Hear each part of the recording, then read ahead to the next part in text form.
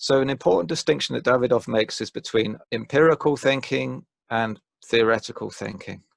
Essentially, theoretical thinking is about appreciation of the strategy or ways of construing and understanding a problem. Okay, so you're sort of understanding what you're doing in the process of doing it.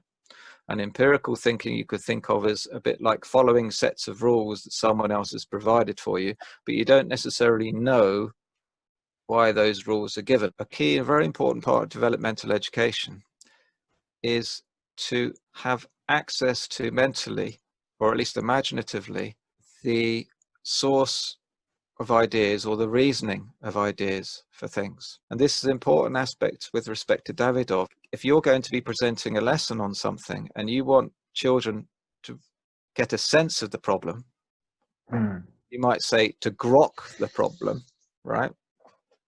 You're saying more than just, oh yeah, I've got a rule for this. If you're saying I grok this, you're like saying, I really get something essential about this. I really get it now, right?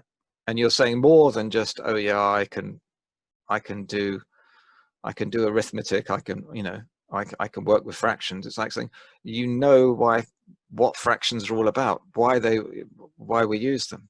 Part of what I'm hearing from you is there's an emphasis on the development of the learner and the learning environment, but also on the development of the concepts themselves, perhaps even Absolutely. how these concepts have developed into it. Absolutely.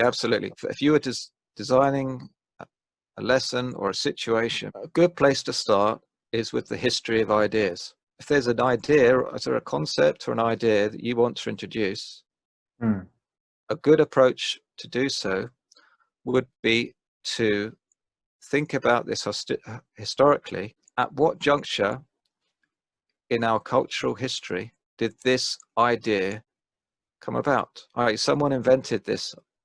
It's probably an invention. Someone invented this idea.